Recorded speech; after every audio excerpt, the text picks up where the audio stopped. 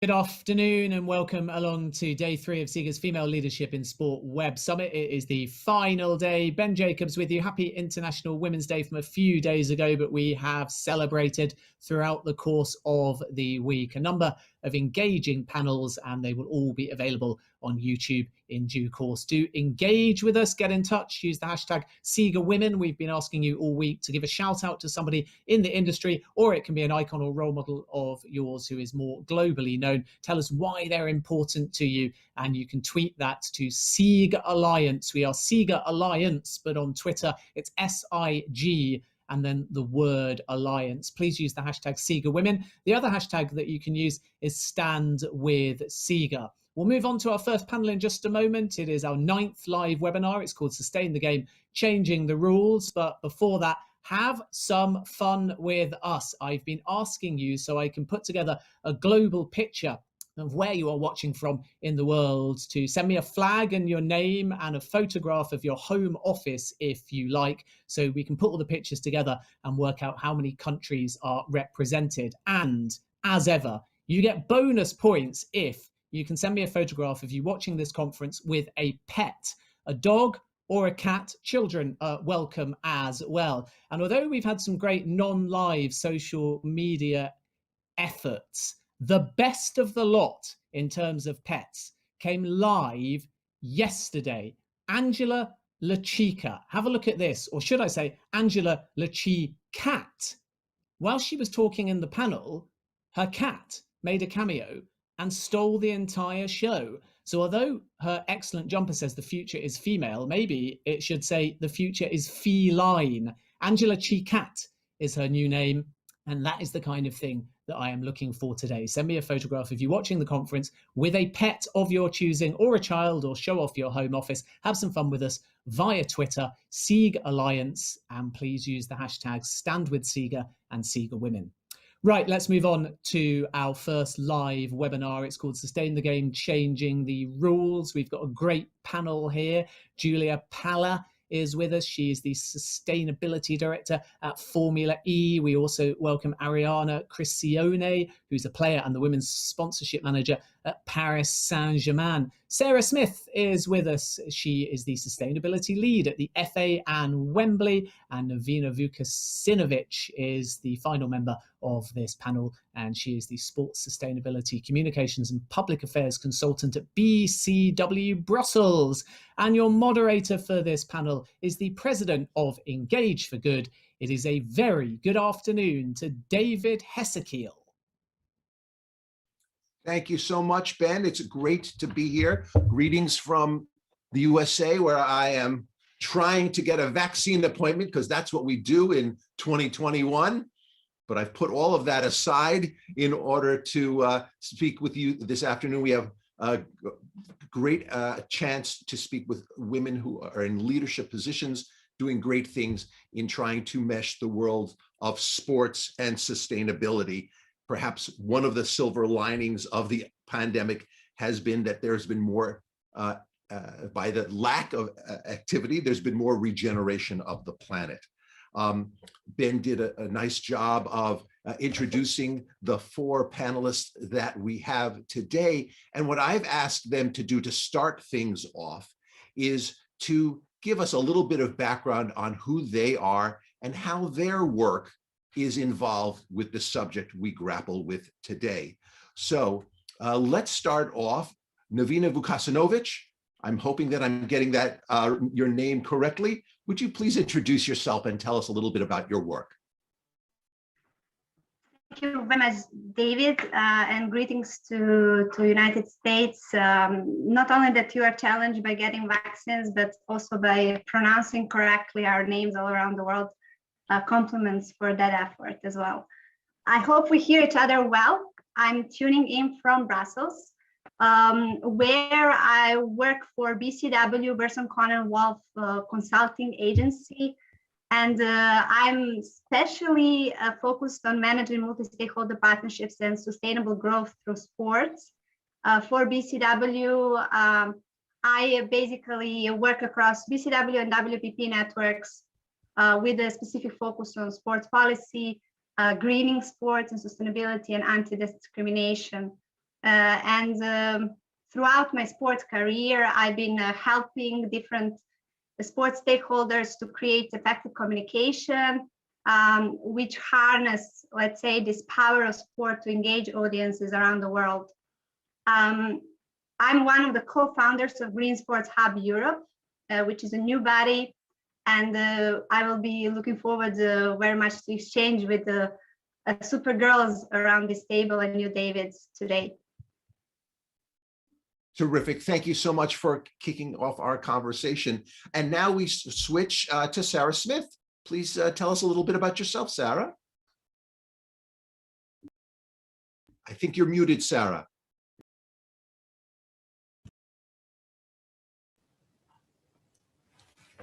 Okay, so first of all, thank you very much for inviting me onto this platform so we can share information and hopefully learn from each other. So my name is Sarah Smith. I work for the Football Association based at Wembley Stadium. I'm a facilities manager there, and I also lead the FA sustainability team. So a little bit around the FA. So we are the English FA, so a not-for-profit governing body of football in England, responsible for promoting and developing the game at every level, from grassroots through to the professional game. We oversee 27 English international teams across the men's, women's, youth, disability, as well as running FA competitions, including the Emirates FA Cup and the Women's FA Cup. And also we have, world-class facilities, Wembley Stadium and St George's Park. And we try and do all that with a purpose to unite the game and inspire the nation. So football's a massive sport here in England, and we want to do everything that we can to sort of lead the sustainability charge as best we can. Fantastic. Well, thank you very much, Sarah. Ariana, would you please introduce yourself and tell us a bit about your work? Hi, David, and hello, everyone. Thank you for the pronunciation, David. Great. Well, I'm here in Paris, evidently, at Paris Saint-Germain. I am currently a player on our women's team, but I also lead our sponsorship team for the women's side and work a little bit with women's development. Person probably on this panel, especially compared to these other fabulous women here. I'm just starting to dip my toe in the water of sustainability, but here at Paris Saint-Germain, we've started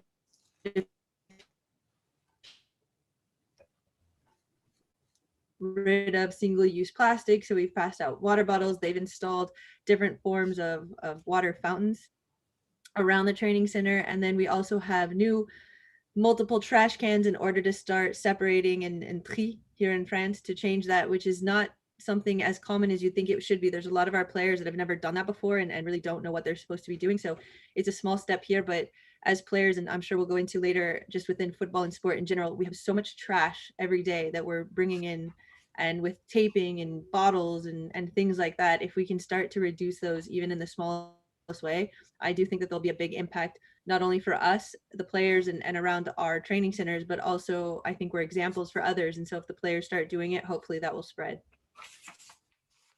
Fantastic. Thank you very much. And now, last but not least, Julia Palais, would you please tell us a bit about yourself and your work? Thanks, David. Hi, everyone, and thanks for having me on the panel. Also, really pleased to be together with these, these amazing ladies on the panel. I'm basically a sustainability director at Formula E. I've been, through this last 7 years, really tried to, empower the sustainability topic through the championship and really largely within the sports community.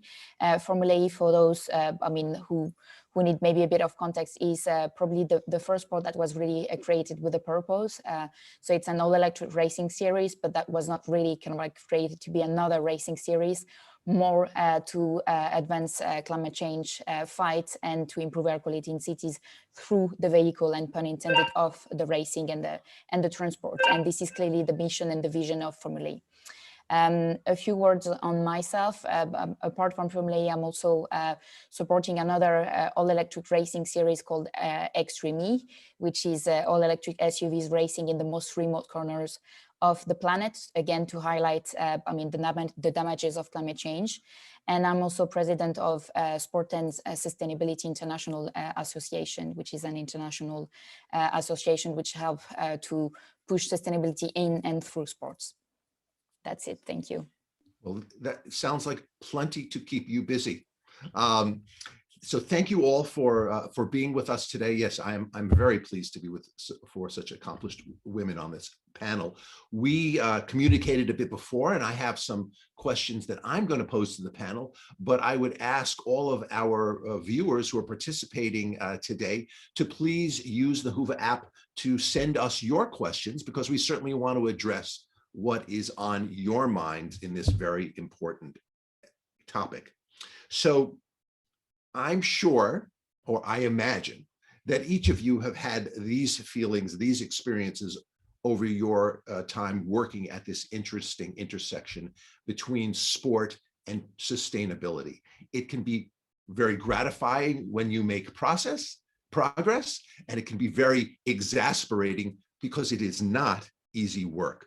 So to kick things off on a happy note, I was hoping that each of you would spend a bit of time, and we certainly can ask one another questions as well as follow-up, in terms of describing something that has gone right, something where you've tried to inject this into the work of the organizations that you are involved with, and it actually had an accomplishment.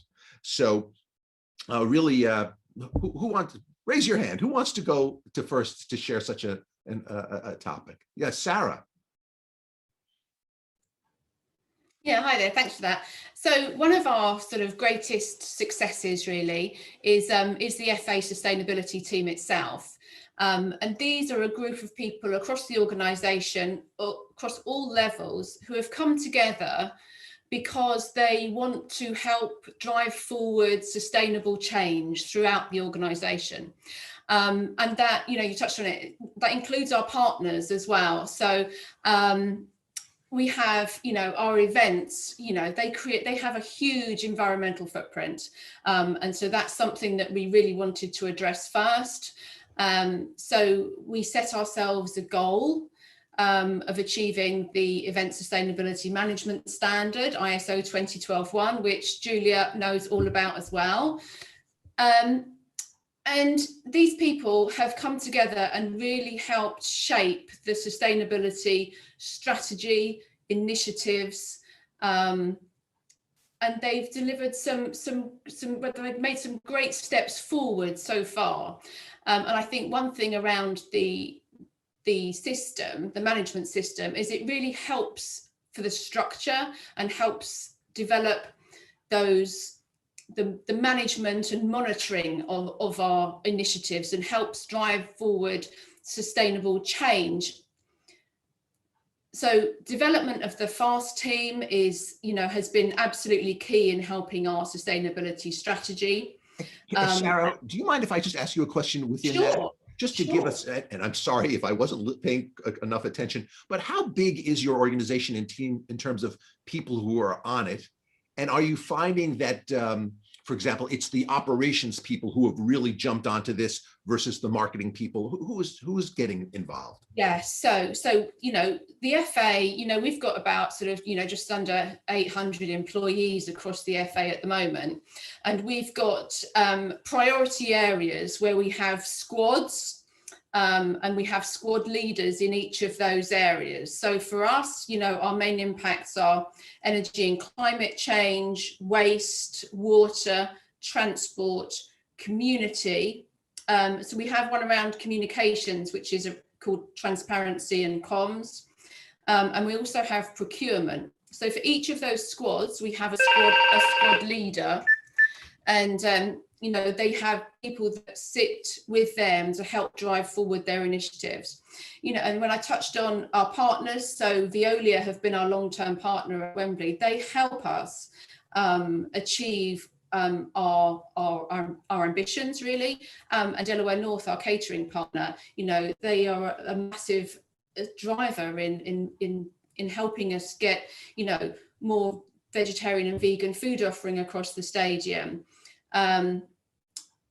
so reducing the plastic packaging, you know, going to reusable cups. So all of those initiatives, you know, we can't do that singly on our own. And it's about, you know, for me, it's about the collaboration with all of our partners to see what we can do, what, you know, and we set challenging targets because, you know, we understand the need to get further down the line, and we want to really, I don't know, push forward, I suppose, is what I'm trying to say, David. You know, we've all got to live differently and make changes to, you know, to get to where we need to be. Fabulous. Thank you for kicking us off. Navina, what would be an example of something, a project you've worked on that you feel good about, that had some outcomes that were positive? So I raise my hand, or I'm kidding. With pleasure, I would like to share maybe two things from last year, the year we will never forget, and also from some years before, those that we will remember beautifully forever. So let me start with that, beautifully remembering past years, and going back to youth sport in Europe, ENGSO Youth, where basically I grew up. Over there, I have been one of the co-founders of founded the Sustainability Development Group on sports within the ENGSO Youth Network. And ENGSO stands for European Non-Governmental Sports Organization, and this is like youth section, very unique section within the sports networks. And I'm super happy actually that SIGA now has also youth council within the bodies as well. And back then we, why I would say it is a great, good example of the best practices, that first of all, you had different Olympic committees around Europe united in this organization that lasts since 70s in Europe. And then you had like youth advocates within this organization who have recognized, even like 5 years ago, the importance of sustainability topic, an environmental topic within the ongoing agendas, and even before EU official institutions or even European Olympic committees put sustainability and prioritize it in their agenda. ENGSO Youth have created the working group on sustainability in sports and started building different initiatives and projects, first locally youth-oriented, and then now they're running a very impressive Sport for All 70s, I think it's called, Sustainability in Sports initiative, uniting basically Tokyo Games, Youth Olympic Games in Africa, and different initiatives in Europe. So that's one example of one of the game changers from important in the sustainability circle, and those are youth.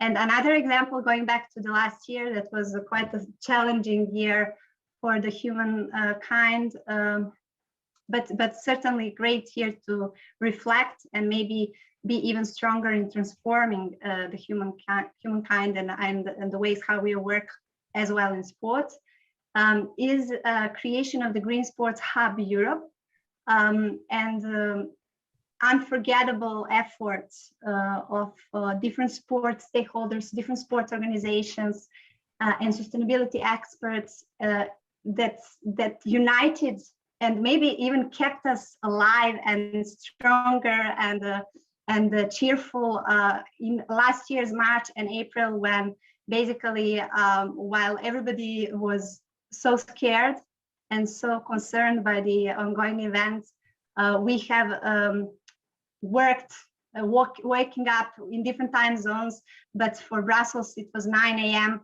for everyday morning calls for 2 months in a row, in order to build Green Sports Hub Europe, a first platform that is going to hopefully on a long term serve to the European sports and to be a mediator between basically sports in Europe and different European institutions and different national governments, in order to make sports greener, but also to help implementation of the European Green Deal. So these are kind of two examples that I cherish, positive examples from different parts of my life and sports career. And looking forward to hear more from Julia and Ariana. Yes. Who wants to be brave and step forth next between our two friends in France? I'm happy to go. Yeah, well, I mean, for me, it's been, as you were mentioning, David, quite an interesting journey with some successes and some frustrations. Obviously, now the point is to share about some kind of like good moments. I want certainly to echo what Sarah said regarding the ISO 20121 certification. It's been an amazing journey and still something that drives us very much kind of like as kind of like almost a backbone. We achieved sustainable certification 4 years ago now, a bit more now. I'm getting lost in time. And we were the first motorsport in the world to achieve this, and we're still the only one at the moment. So we were extremely proud. And that's been an amazing journey. Again, very much, I think it's interesting to compare to organizations that have had the same, a similar process. We had all the team coming on board, different departments that you know, were really kind of like putting their own stone to the wider building of the kind of like the real kind of like a holistic sustainability strategy, from top management supporting the mission and the vision till the very kind of like operational team that was working with us to make it happen on site. Another more recent project, which has been also really exciting and that brought, I think, a lot of satisfaction to the Formula E team, was the fact that we achieved net zero carbon certification. We were the first sport in the world to do that last September 2020 in the middle of COVID crisis. So that was also a bit of a sunshine and light, I mean, for us to get there.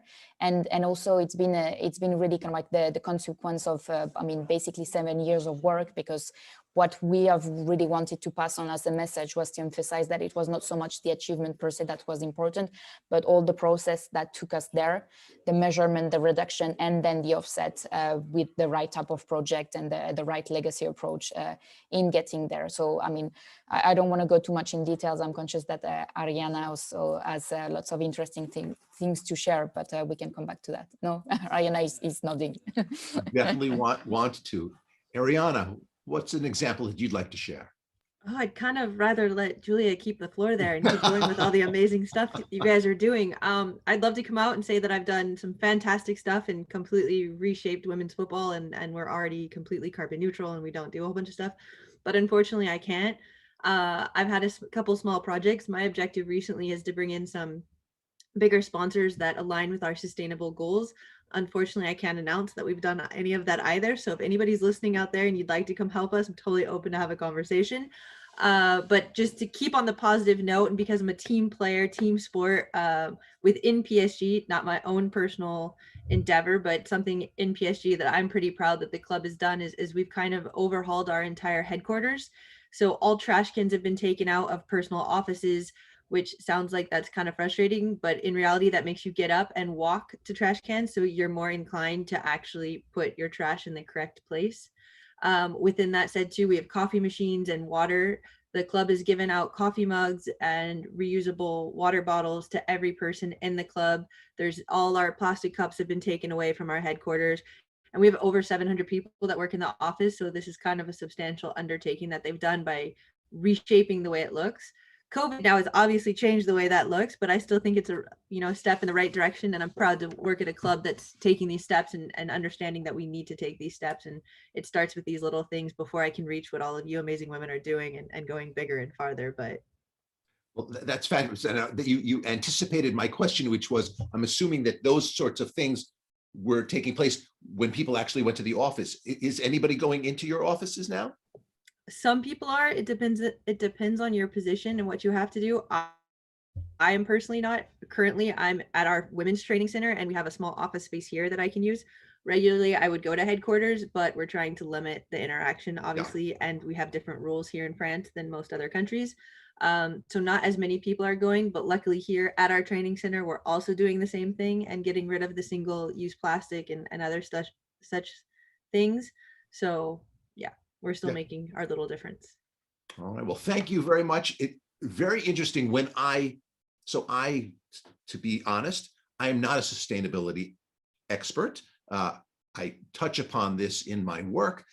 And when I came up with that original question, my thought would be that actually the responses would be more concrete in terms of the things that had been done. And it's fascinating to me to hear 3 out of the 4 of you in particular speaking about creating the organizational and, for lack of a better term, bureaucratic infrastructure to enable good things to happen.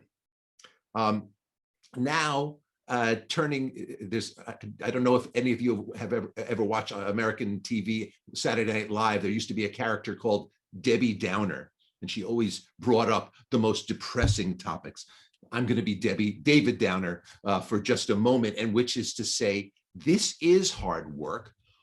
What is an example of an issue that you find yourself running into a wall a bit in terms of either getting others within your organization on board, or just it's a really tough nut to crack? Sarah, do you have something come to mind?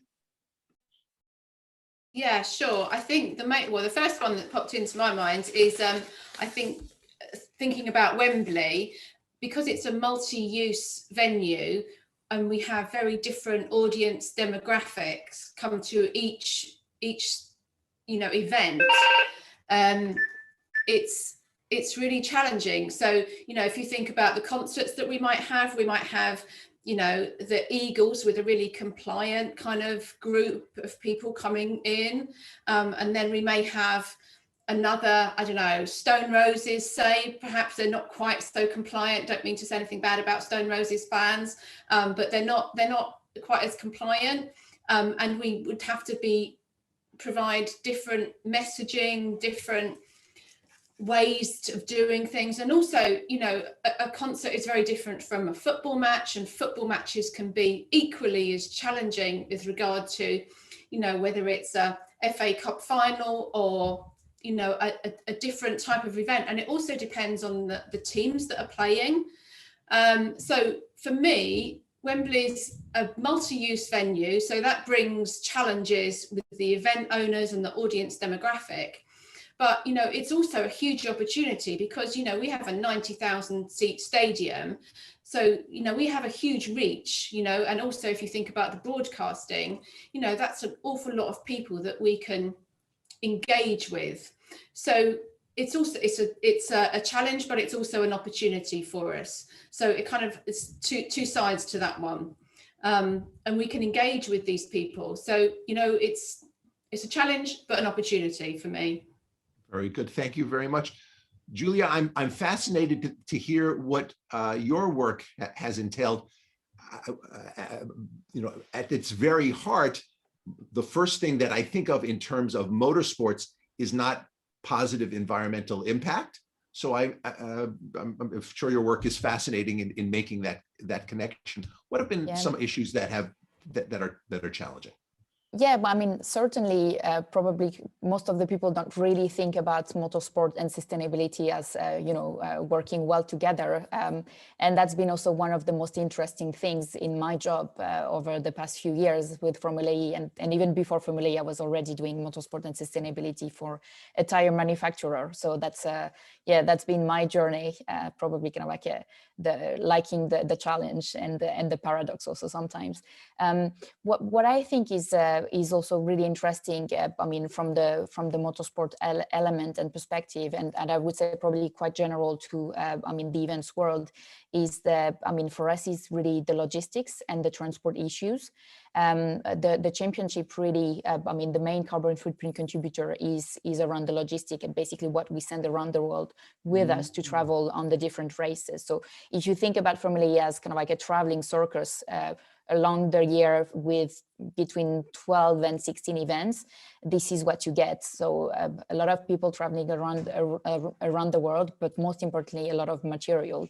And the material is flying around the world with us because we have really kind of like a short time constraints. And this is the main pain point at the moment. Obviously, we are working with a logistics partner to see how we can improve that. But I mean, we are getting to the point where I think that the transport industry is in a moment where it needs to reinvent itself and try and make transport more sustainable. And obviously, we are kind of like really dependent on that to make things really more efficient, really, and more sustainable in terms of the transport. So this is probably what is really kind of like the pain point at the moment. Although, I mean, my approach is very similar to Sarah. I think it's more kind of like an opportunity to show leadership and innovation, because, I mean, again, the transport industry is acutely aware of this issue. And again, COVID times have only reinforced the fact that, I mean, transport is something that is kind of like absolutely essential, but something that needs to be probably really kind of like thought through with the sustainability lenses.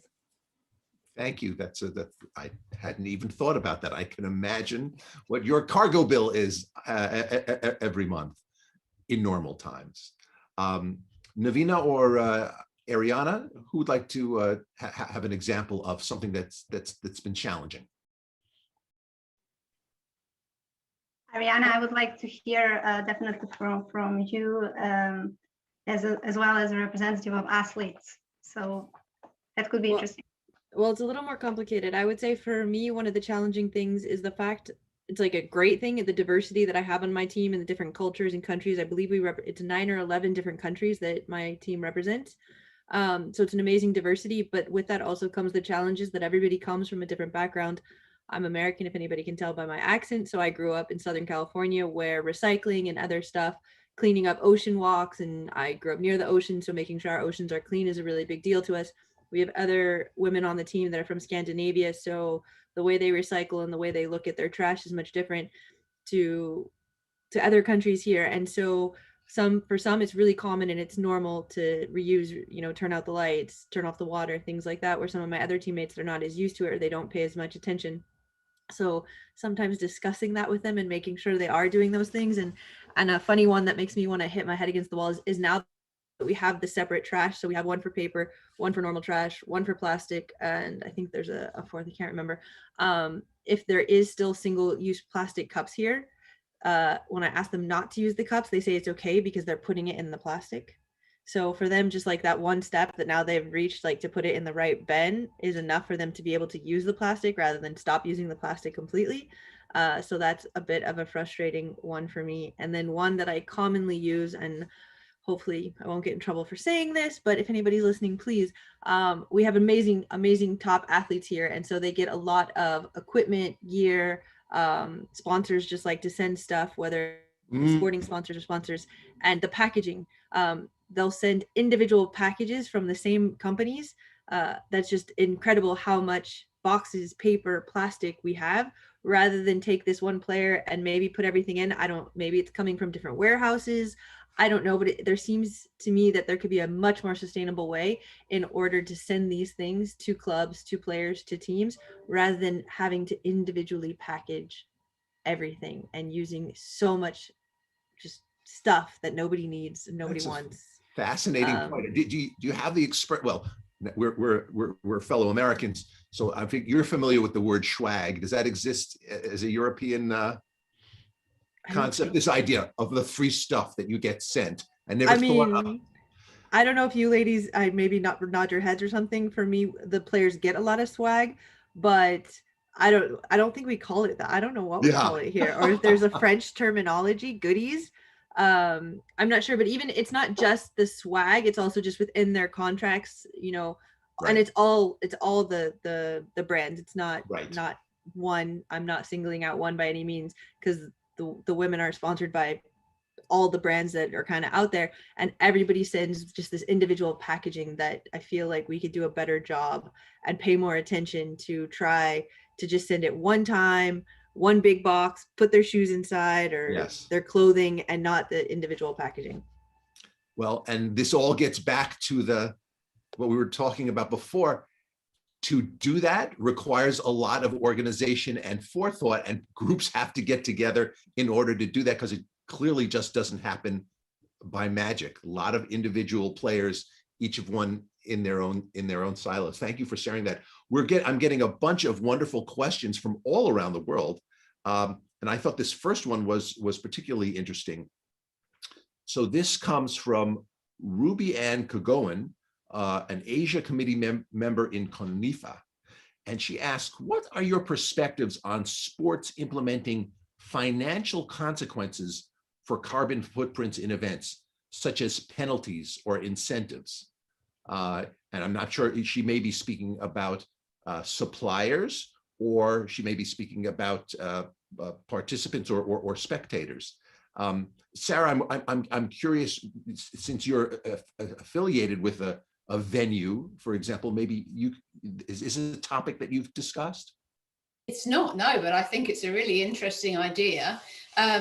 You know, and I think that we perhaps will get to the stage, hopefully not before too long, is where we can, you know, so if I'm thinking about ticketing, you know, we're aiming to go 100% paperless ticket, so it'll all be done via an app, and then, you know, perhaps there's an option in there to, I don't know, offset your carbon footprint for travel, and then maybe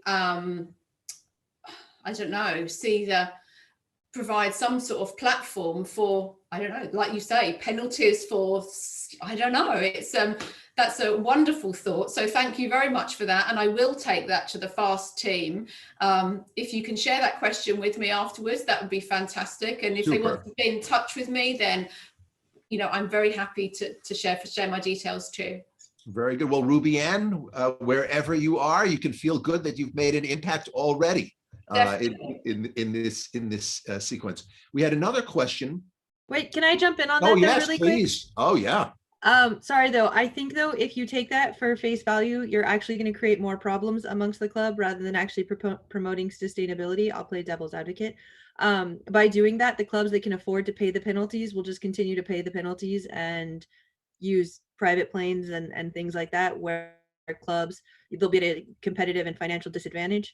The lower clubs that can't afford to pay the penalties will then have to take longer transit, and those players will be at a disadvantage when they play the clubs that can get there quicker and just use it. So I think there might be a better way or to solve this problem, or to collectively come together, but just by putting a financial penalty, you'll actually be hurting more clubs, I think, than helping.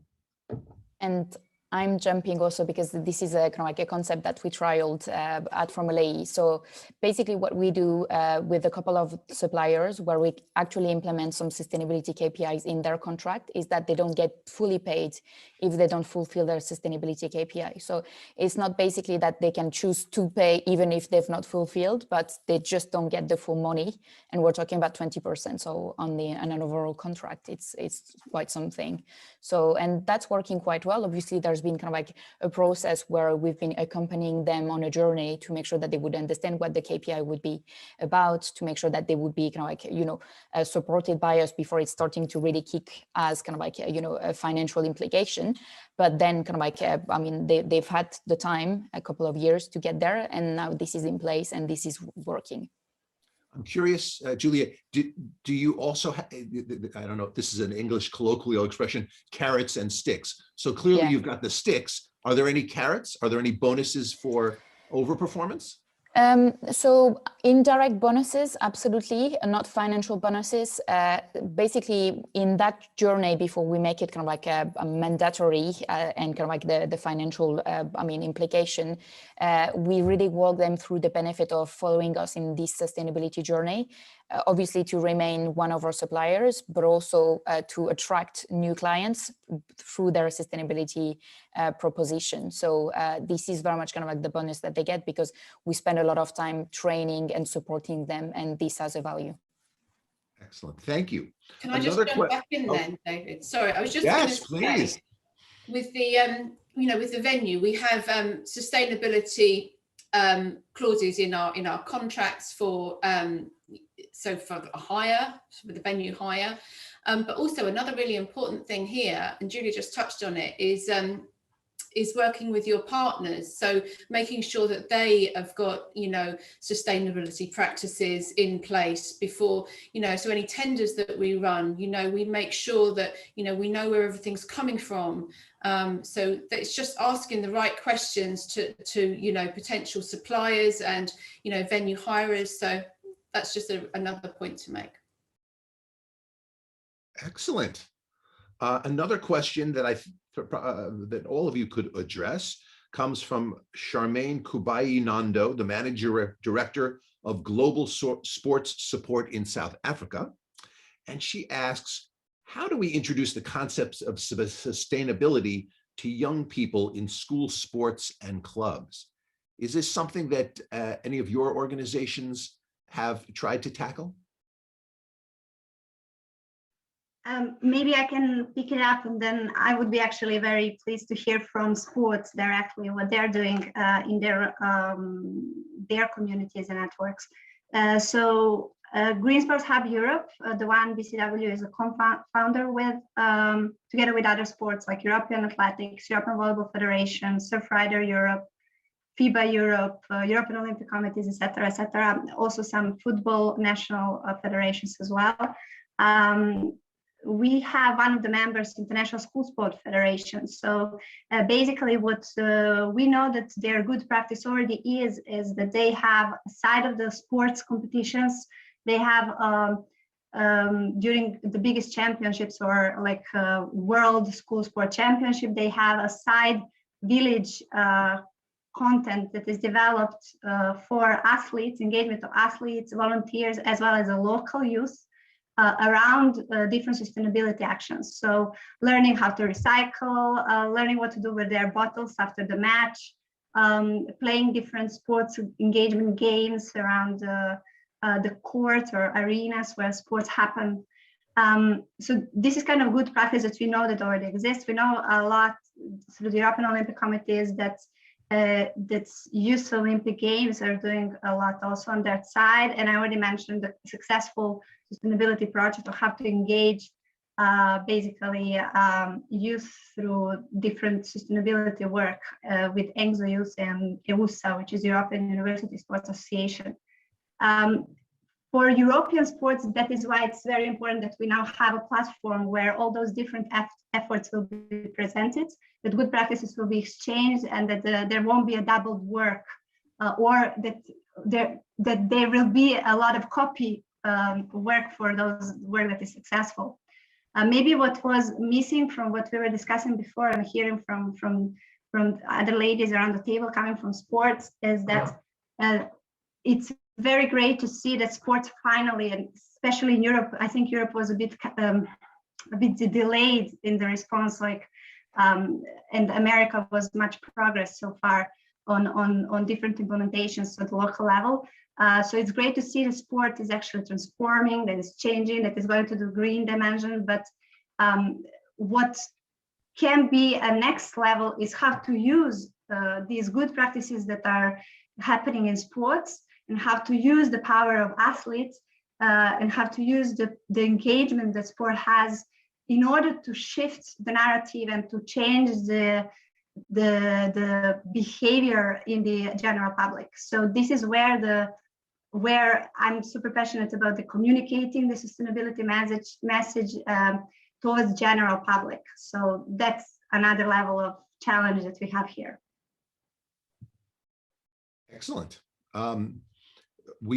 I see we're at the about 4-minute mark in terms of time left. It sounds like we could speak for hours on this topic. Another question that came up, which sort of interesting in terms of Ariana had brought up before, this idea of coordinating. Brett Osler from Perth asks, should clubs that have multiple teams, including men's and women's, consider hosting their matches concurrently in the same venue to reduce environmental impact? So I guess that is a way of saying, I think that we could all agree, yes, that could be a good thing to do. Have you made any steps in that direction in terms of scheduling to think about a way of being more environmentally friendly?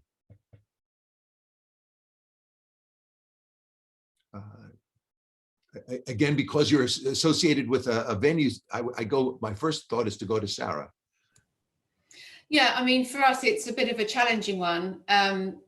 we do sometimes have 2 footballing events on the same day, and yes, that means we've only got to turn the lights on once for a slightly longer period of time, but it means that everyone has to come into the building once, so that's one journey. So yes, absolutely, if that's something that you can do. Obviously, events at Wembley take an awful lot of planning, and you know, if I'm thinking about football, you know, it's the pitch care,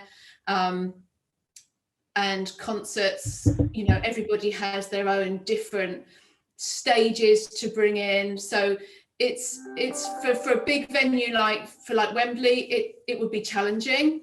But you know, if you've got that opportunity, yeah, people make, you know, the staff are making one journey in, you know, you turn the lights on once, you know, you need to look at what your own environmental footprint are and what your impacts are, you know, and what are the biggest ones and how are you going to kind of tackle them. But yeah, it sounds like a good idea. Terrific. If anybody else has a driving, passionate response to that, that would be great. Otherwise, I think we're into the lightning round, which I have a couple of questions for quick answers. Number one is, hopefully in some months, we will go back to something closer to normal. The whole idea of normal has been, I think, changed in all of our minds. But with that thought, what is your number one priority? What would you like to see to have accomplished in 2021 when we're ringing out the year? What is something that you think could be attainable for your organization or personal work? Julia, have a thought? Yeah, absolutely. I mean, for us, really, the crisis has been the opportunity to emphasize even more on the sustainability aspect of the championship. We have this kind of like a metaphor where we say the racing and the reason element of Formula E, and the reason element obviously was the only one that was left when the racing was not possible. So it's been really amazing to see how much progress and new project we've been driving and delivering.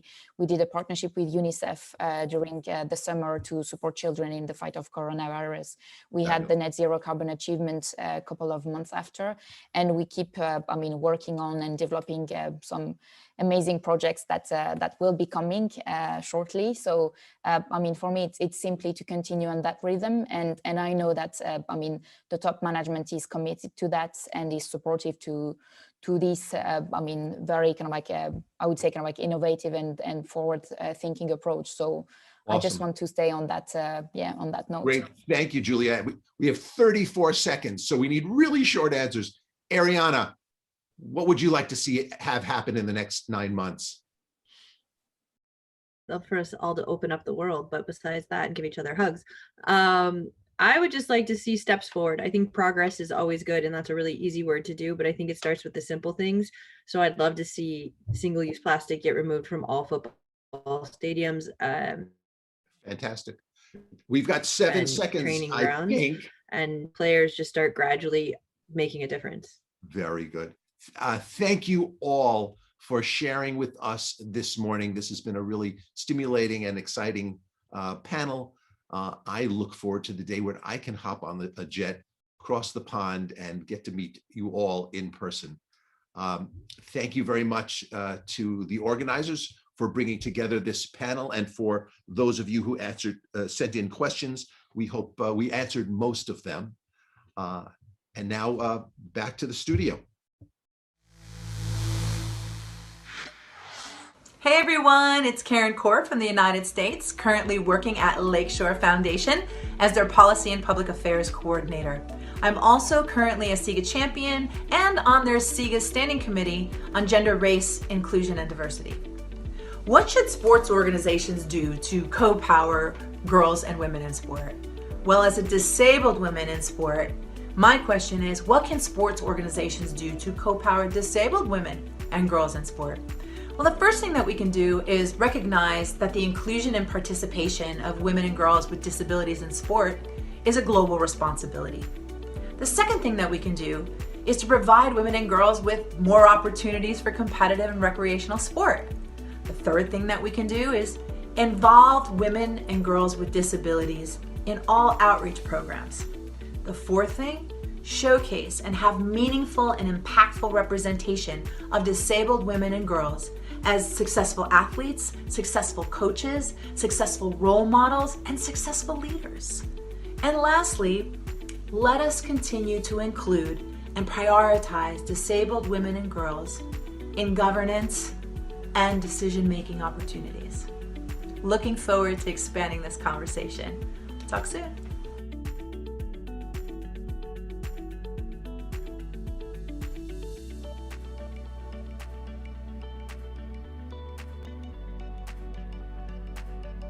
Hello, my name is Michelle Chai. I'm the Chief Operating Officer at the Olympic Council of Malaysia, and I'm also a mentor on the SIGA Women Global Mentorship Program.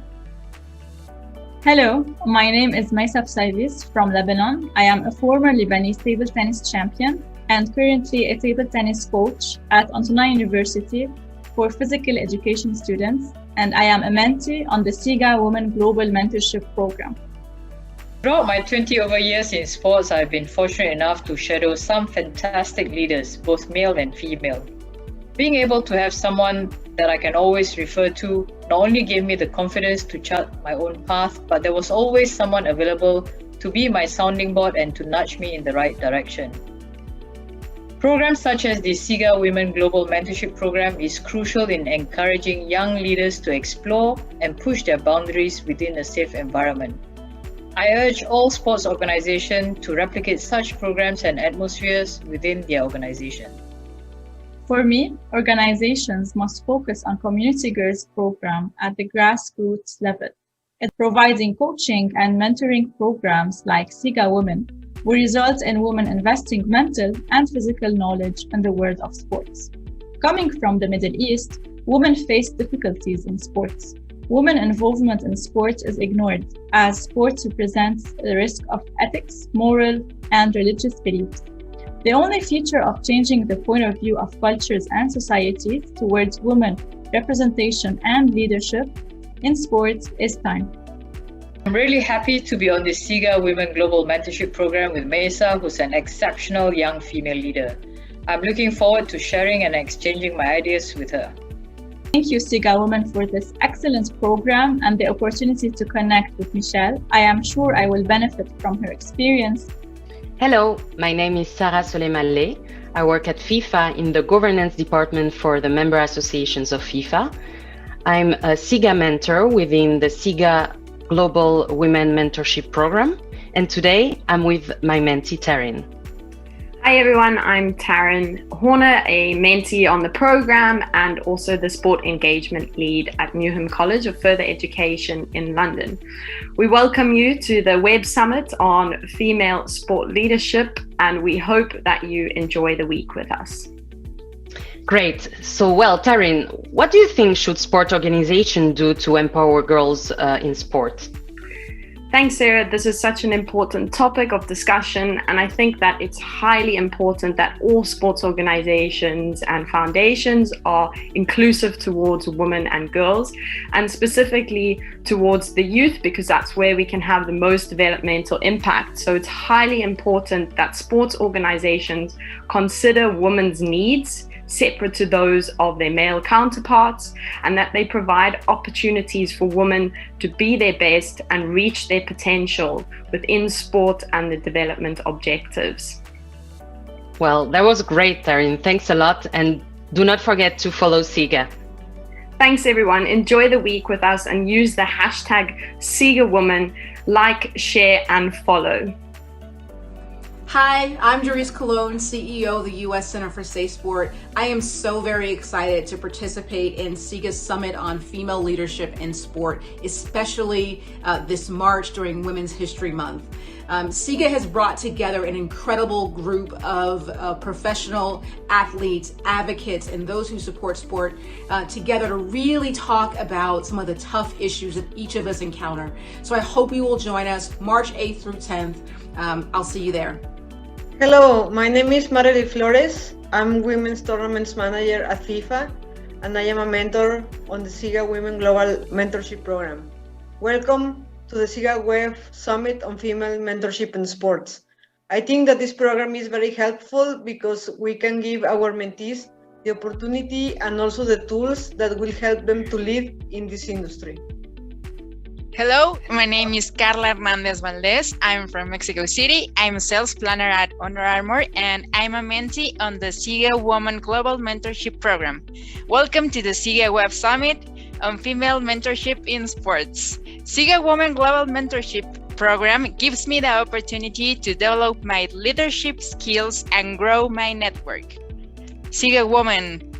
Hello, my name is Dr. Lindsay Sarah Krasnoff. I'm a historian and research associate with the Center for International Studies and Diplomacy at SOAS University of London, and I'm a mentor for the SIGA Women Global Mentorship Program.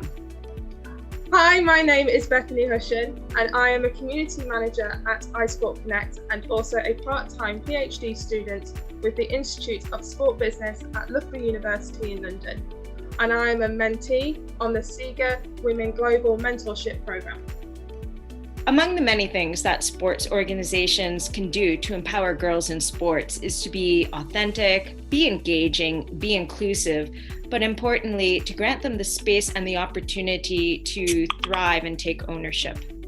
Mentorship programs like this one are really important, especially as a good way for people to learn off each other from different experiences, different knowledge, different backgrounds, and also to give a bit of an insight in terms of how people have faced challenges within working in sport and how we can face them not just individually but together. We hope you enjoyed the summit. #SIGA Women.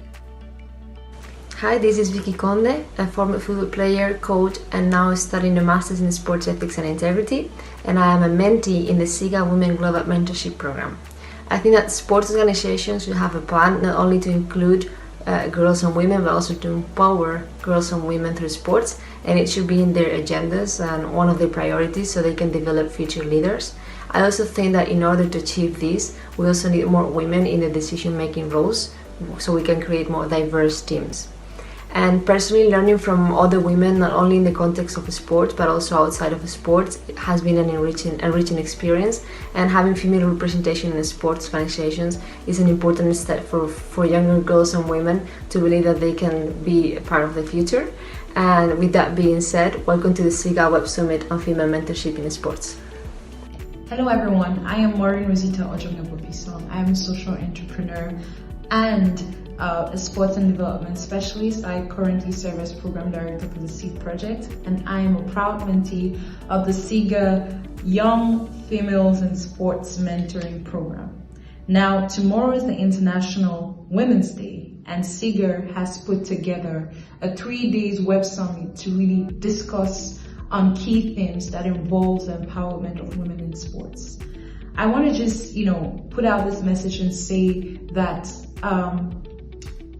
getting more women involved in the sports industry or young girls involved in sports cannot be done without the male counterparts, cannot be done without male mentors. I am an example of how much male counterparts and male mentors can really encourage a young woman to embrace her full potential and to encourage her to embrace opportunities around her environment. I would not be in the position I am today if I didn't have male mentors who encourage me, who push me forward, and who really believe in me. So I believe that this Web Summit is an opportunity that SIGA is creating to bring stakeholders, from around the world to really discuss about the future of sports and also how to encourage and empower more young girls and women to get involved in sport programs. And I encourage each and every one of you to get registered for this Web Summit. It's not too late. And of course, we're looking forward to all the exciting panels and the exciting information we are going to get tomorrow. Thank you, SIGA. Hi, my name's Stacey Copeland and I'm a proud SIGA champion and a member of the SIGA Committee for Diversity and Inclusion. I'm here today at my granddad's boxing gym where I started out in sport as a little kid. And from there, I went on to represent my country in 2 sports, both football and boxing, and ultimately won the Commonwealth title as a professional boxer. Sport has given me some incredible opportunities, going on a scholarship to America, I've been able to compete in Sweden, Brazil, Korea, Japan, Kazakhstan, and many, many more places. I've experienced different cultures, had incredible mentors, and learnt so many lessons that apply to the rest of my life and have allowed me to develop and flourish as a human being. Sport is one of the most powerful things on the planet for making a difference, and it really can show humanity at its very, very best. But in order to do that, we have to have equal access and opportunities for people, regardless of race, gender, sexuality, disability, class, background, whatever it might be. Please, please be part of that, because without kids like me having opportunities in places like this, we cannot reach our full potential, and you can be part of that. And you can be part of that by attending the SIGA Women in Leadership Conference from the 8th to the 10th of March. Please be there, please be part of this incredible movement. I stand on the shoulders of the people who came before, and now it's our turn and your turn together, collectively, to stand strong and make great opportunities for the next generation so that they can go on and do even better. So please join us and we'll see you there. Thanks. Hello, good evening from Doha in Qatar. My name's Karen Webb-Moss, and I'm currently Senior Advisor to the leadership of the Supreme Committee for Delivery and Legacy and the Football World Cup here in Qatar in 2022. I am a proud mentor of the SIGA Women Global Mentorship Program, and a very, very warm welcome to the SIGA Summit on Female Mentorship in Sport.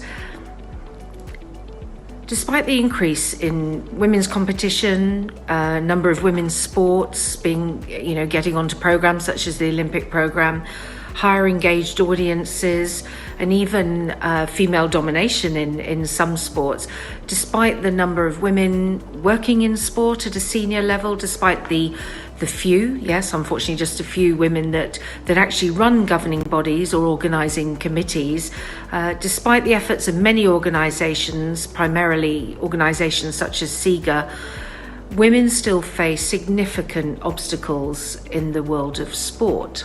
So let's have a look at some of these obstacles that we face.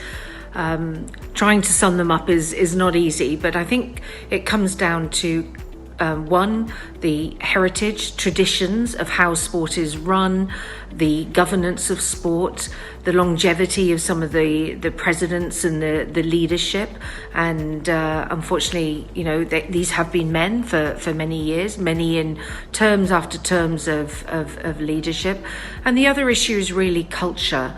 And I think that's prime, whether that's culture within the organizations that govern sport. It's also the culture of grassroots clubs to sports on and off the field of play. The culture of an organization and the traditions that run it lead us to obstacles, barriers and issues such as equal access to roles, lack of female opportunities for females with roles, workplace flexibility issues, lack of equal pay, inequality when it comes to media or sponsors, when it comes to TV rights for some of women's sports. And particularly with the sponsorship, this leads to huge issues for women wanting to compete at an elite level regarding their preparation as well as their competition. Good morning, good day, good evening, depending on where you are in the world. This is Azera Chabangu, the Technical Director for the Association of National Olympic Committees of Africa, ANOCA for short. I am a mentor in the SIGA Women Global Mentorship Program. I have been involved in the program since last December, and I must say that I have been enjoying the journey, and I thank NOMSA for recommending me for this program, because I now have a structured way in which I can give back to other young women in sport who are coming through the ranks, who are finding their feet, because I believe I have an obligation to give back because of other people who have actually given me the opportunity, who have recommended me for certain tasks or certain positions to be where I am today. I believe that the biggest challenge or obstacle in sport globally is other women. And this I'm saying based on my own personal experiences, where you will find that it's actually other women that will be blocking you or blocking opportunities or taking opportunities from you. Whereas you will find men will be more willing to actually assist you or to even recommend you for opportunities. So I believe that as women, as females in sport, if we can change that particular attitude, that particular mentality, we will go far. Hi, this is Ebube Chukwu. I'm a sports management master student and an intern in Nigerian School Sports Federation. I am a mentee in Sports Integrity Global Alliance SIGA Female Mentorship Program. This mentorship program is very essential because it helps young sports women to brood and enhance their leadership quality and skills. The mentorship program involves mentor and mentee relationship, whereby the mentors who are well exposed and have been in the field of sports for a very long time help the mentees to actualize their potentials, because the mentees are not really much exposed, so that when we, the mentees, go out there, we'll be able to render quality services and also contribute immensely in the development of sports globally. I welcome all of us to this 2021 SIGA Web Summit, and I believe that you will enjoy your stay with us. Hi, I'm Jackie Trainer and I'm the Anti-Doping Integrity Manager for British Rowing and Board Director for Sport Resolutions and UK Deaf Sport. I'm a mentee on SIGA Women's Global Mentorship Programme and I'm a mum of twin toddlers. Mentorship programs like SIGA Women are so important for supporting women for a career in the sports industry. Globally, the movement to grow diversity and inclusion has never had so much traction, but we can't simply click our fingers and assume that change is going to happen overnight. It needs to be nurtured before it can grow and flourish and become the new norm. Through a mentoring program, experiences can be shared and women can be supported in navigating the minefield which can be a male-dominated industry. Through my experience of SIGA Women, I have been introduced to some exceptional role models from around the world, from whom I've been able to learn and to ask the questions I've previously been afraid to ask. A mentoring program is an opportunity to reflect on yourself, to apply the guidance offered by your mentor, and to grow in confidence to become leaders and in turn become a mentor for the next generation of female leaders in sport. If you're a sports organisation, I encourage you to consider a mentoring programme. Champion your female colleagues and provide them with a platform to feel supported and valued.